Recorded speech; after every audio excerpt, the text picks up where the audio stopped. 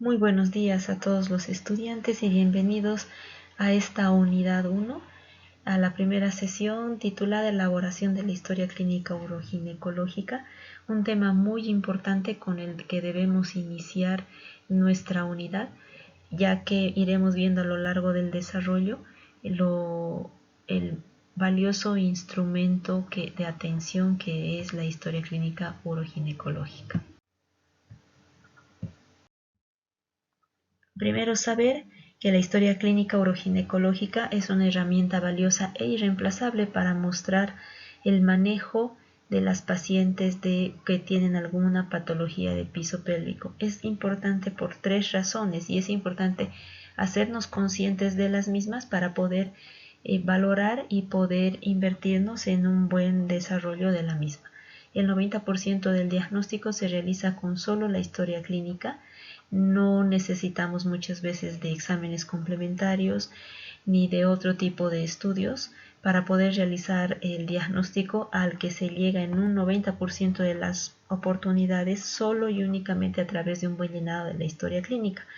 Se desarrolla planes terapéuticos de rehabilitación en esta misma y se realiza el seguimiento postquirúrgico, que es una etapa muy importante para el éxito de una cirugía reconstructiva.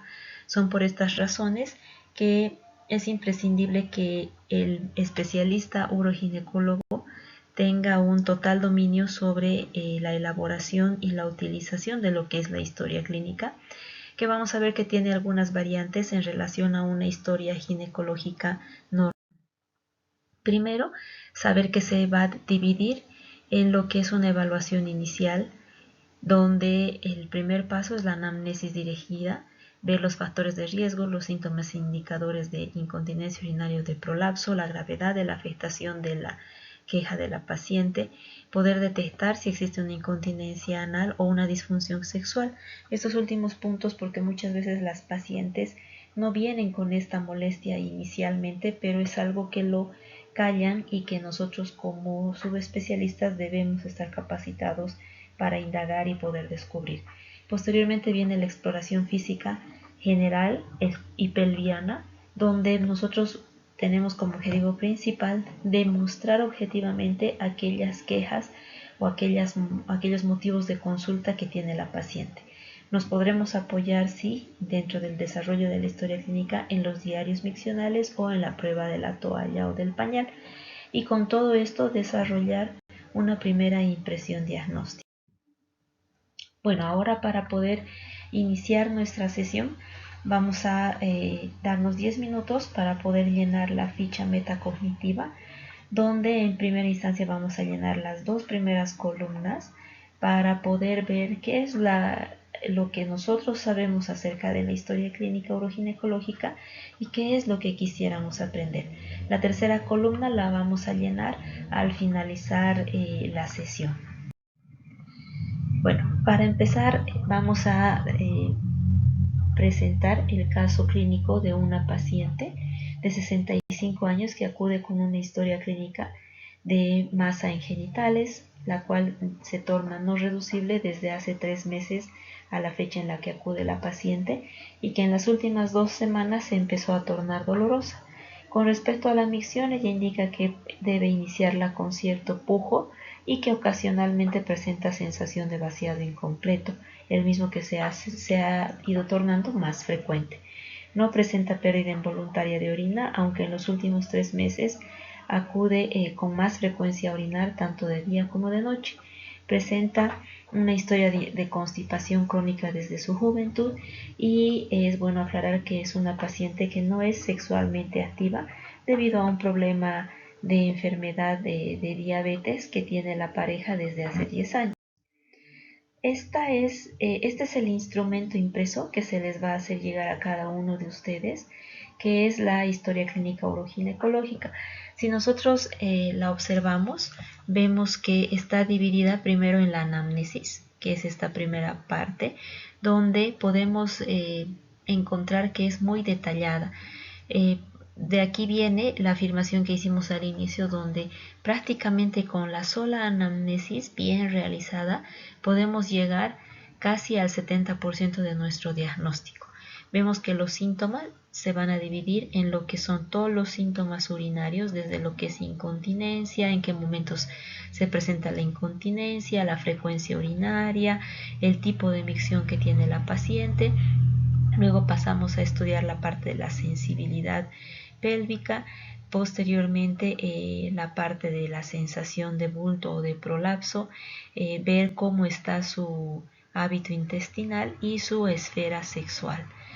Posteriormente a esto, sus antecedentes, es muy importante poder ver si no tuvo alguna intervención previa con respecto a algún otro especialista uroginecológico o si tuvo alguna cirugía previa en la parte de reconstrucción pélvica o uroginecología, y muy importante para poder ver las causas en los antecedentes obstétricos, ginecobstétricos de la paciente.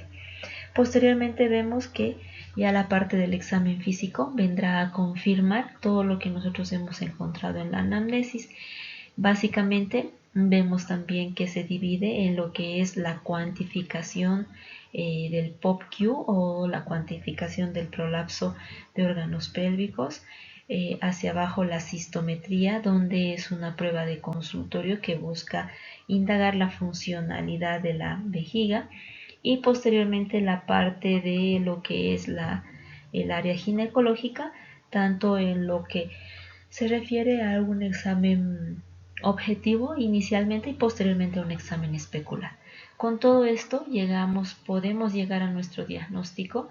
Es importante también poder recabar aquellos estudios que la paciente ya se ha hecho, porque muchas veces serán pacientes que vendrán de la consulta ginecológica o incluso de la consulta urológica, tratando de buscar atención, y nuestro plan, ¿no? Donde debemos detallar exactamente los estudios que iremos a pedir o incluso la conducta quirúrgica que podemos proponerle a la paciente si es que esto amerita, o la conducta terapéutica y de rehabilitación que la paciente al que la paciente es candidata.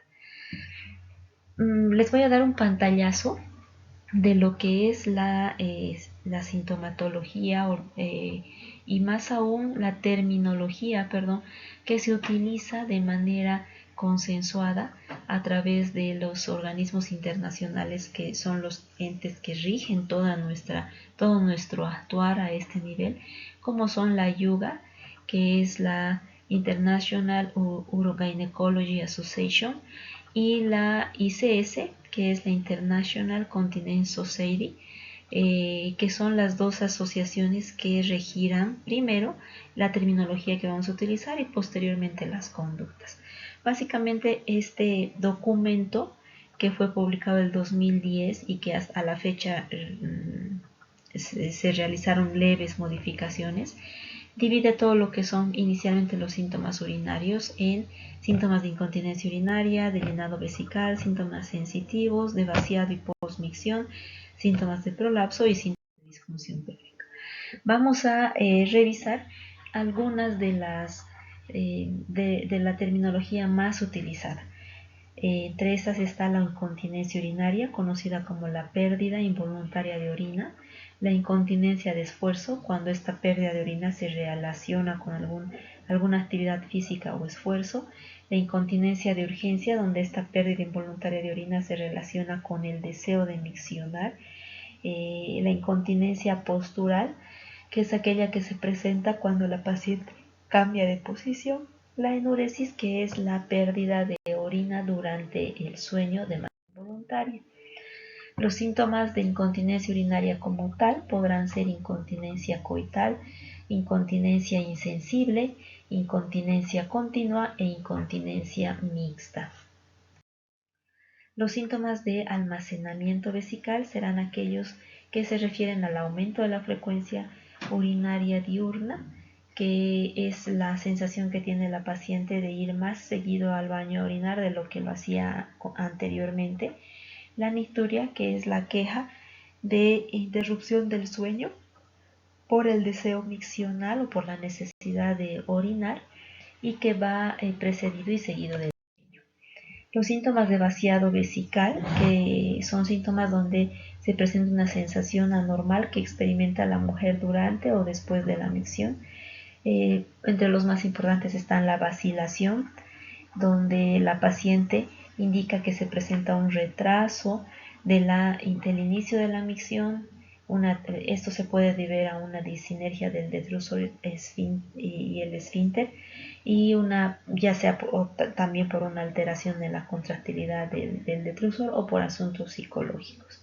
El flujo lento, que la paciente aqueja un chorro de orina que se percibe más delgado en relación a lo que era habitualmente, y esto se puede deber a que existe un volumen reducido vesical o a que existe un proceso de obstrucción o que la contractilidad de la vejiga está disminuida. El chorro intermitente, donde la paciente indica que el flujo de orina se detiene y se reinicia una o más veces hasta terminar la micción. Esto se puede presentar en un divertículo, en un cistocele, en una vejiga hiperactiva. Y el esfuerzo para el vaciado, que se refiere a la necesidad que tiene la paciente de hacer un esfuerzo físico para poder iniciar o mantener la micción. La disuria, que es la queja de ardor o disconfort de la paciente durante la micción y que puede ser debido a problemas del tracto urinario inferior o a problemas de la otra esfera que debemos siempre revisar y controlar es el de la disfunción sexual, que es aquella sensación fuera de lo normal que percibe la mujer durante el acto sexual. Se puede dividir en lo que es dispareunia, que es la queja o dolor persistente o recurrente de las molestias durante el intento o durante la completa penetración. El coito obstruido, que es la queja de la imposibilidad para realizar la penetración vaginal debido a que pueda existir una obstrucción o a que exista mayor sensibilidad en la zona. Y la laxitud vaginal, que se refiere a una flacidez a nivel de los músculos vaginales.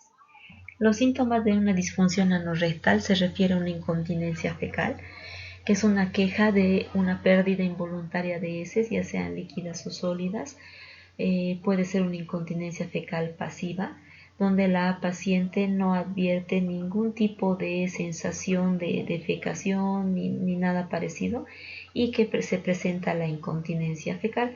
Y el estreñimiento, que es la queja de movimientos intestinales poco frecuentes y que se presenta una necesidad o un esfuerzo de hacer un esfuerzo para poder defecar. Eso con respecto a lo que es la sintomatología. Al final de la clase se les dará el documento en extenso de del artículo que les mostré en un inicio, donde podrán encontrar mayor cantidad de terminología que podrán ir revisando y deberán revisarla para posteriormente elaborar un mapa conceptual. Esto les ayudará mucho a irse relacionando y familiarizando con la terminología que se utiliza a lo largo del manejo de pacientes. Posterior a esto se realiza el examen físico. El examen físico también se dividirá primero en examinar la piel de la vulva de manera externa, si existen excoriaciones, edema, eritema, ver el prolapso como nos muestra esta imagen de acá, y poder cuantificar todo esto en una posición ginecológica o de Sims y con la vejiga vacía. El examen de la incontinencia, de la incontinencia urinaria a través de una prueba de esfuerzo se hará con vejiga llena, pero inicialmente para poder cuantificar el grado de prolapso se debe pedir a la paciente que miccione.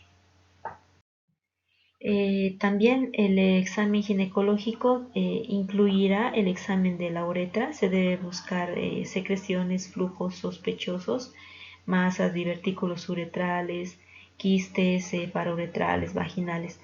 Se debe hacer siempre un tacto bimanual para buscar masas anexiales en útero, en anexos, o para poder explorar la sensibilidad de la vesical. El tacto rectal, de igual manera, ir a explorar el tono del esfínter anal, evaluar además la integridad del mismo e incluso la sensibilidad. La prueba de Q-tip es la que nos ayudará, ya entrando al área vesical, nos ayudará para poder detectar si existe una movilidad uretral o no. Esta consistirá, como vemos en esta introducción, de un hisopo hasta la unión uretrovesical, y posteriormente con una maniobra de pujo o de valsalva se irá midiendo primero el inicio de la angulación de inicio y posteriormente la angulación del hisopo durante el pujo. Lo normal, un valor normal es de 30 grados, iniciar entre 0 a 10 y moverse hasta 30 o 40 grados. Parámetros fuera de estos podrán diagnosticar una inmovilidad uretral. También es importante indagar la parte neurológica, donde inicialmente se ve la sensibilidad de toda la zona de los dermatomas. Es importante poder estudiar esta esfera y más aún poder indagar acerca del padecimiento de enfermedades de Parkinson, esclerosis múltiple, enfermedad cerebrovascular o tumores cerebrales. Se debe estudiar básicamente y conocer muy bien los dermatomas S2 y S4, ya que son las neuronas que controlan la micción. Y la forma de explorar estos dermatomas es con la técnica de toque pincho. Posterior a esto se valorará la función vesical, como dijimos hace un momento, a través de una cistometría de consultorio, que como vemos en la imagen de su derecha, en la parte superior, consiste en la instilación de solución fisiológica intravesical, y donde se irá midiendo primero la sensibilidad vesical, segundo los deseos miccionales, y posteriormente con 300 ml intravesical poder realizar la prueba de esfuerzo para poder diagnosticar algún tipo de incontinencia urinaria de esfuerzo puro.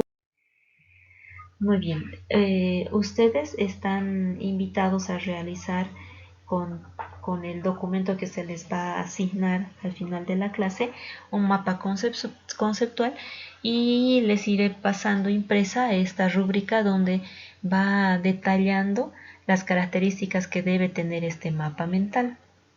Esto será entregado en la siguiente clase, y ahí vemos la puntuación de cada una de los detalles que se evaluarán en el mapa conceptual. Muy bien, ahora vamos a formar grupos de 3 estudiantes y elaboraremos nuestra historia clínica llenando el documento que también se les hará llegar en este momento, que ya lo mostramos al inicio de la presentación. Entonces los grupos de 3 estudiantes buscarán llenar en base a los datos que me irán pidiendo, ya que yo haré de paciente. Entonces me irán pidiendo los datos que requerirán para llenar la historia clínica. Posterior al llenado de esta historia clínica, llegaremos a un diagnóstico parcial. Hasta ese punto nos dividiremos y expondremos posteriormente toda la tarea alcanzada. Llegaremos al diagnóstico y en consenso todos juntos veremos cuáles son los estudios que se deben de pedir, o incluso ya ver si podemos ofrecerle una alternativa quirúrgica o no a la paciente. Entonces a partir de ahora nos vamos a dividir